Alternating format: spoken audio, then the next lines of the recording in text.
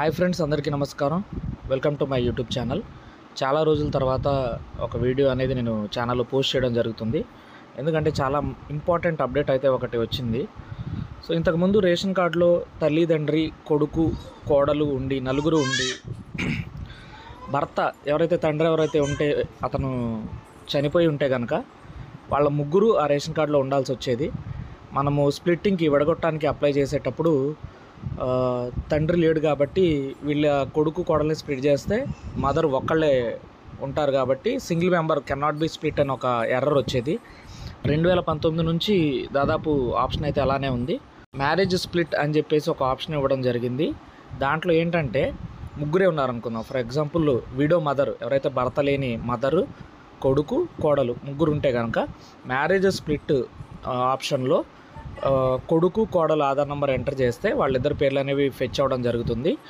వాళ్ళకి స్ప్లిట్ అనేది అప్లై చేయొచ్చు. అప్లై చేసిన తర్వాత మనకి ఈకేవైసీ ఎంప్లాయీ మొబైల్ యాప్లో ఈకేవైసీ చేయించుకుంటే విఆర్ఓ లాగిన్లో ఫార్వర్డ్ చేసిన తర్వాత ఎంఆర్ఓ గారు లాగిన్కి అది వెళ్ళడం జరుగుతుంది. కార్డ్ అనేది అప్రూవ్ అవ్వడం జరుగుతుంది. ఇంకొకసారి మరలా చెప్తాను, ఏంటంటే ముగ్గురు కార్డులో ఉన్నప్పుడు ఇంతకుముందు స్ప్లిట్ ఆప్షన్ అనేది లేదు.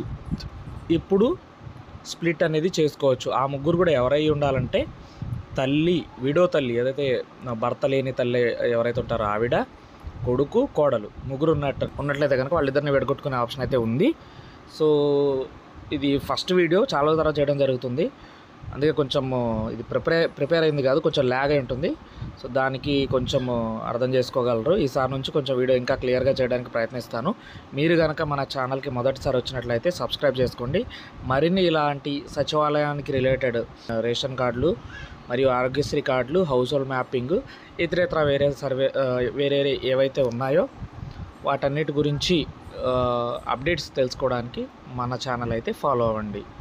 Thank you.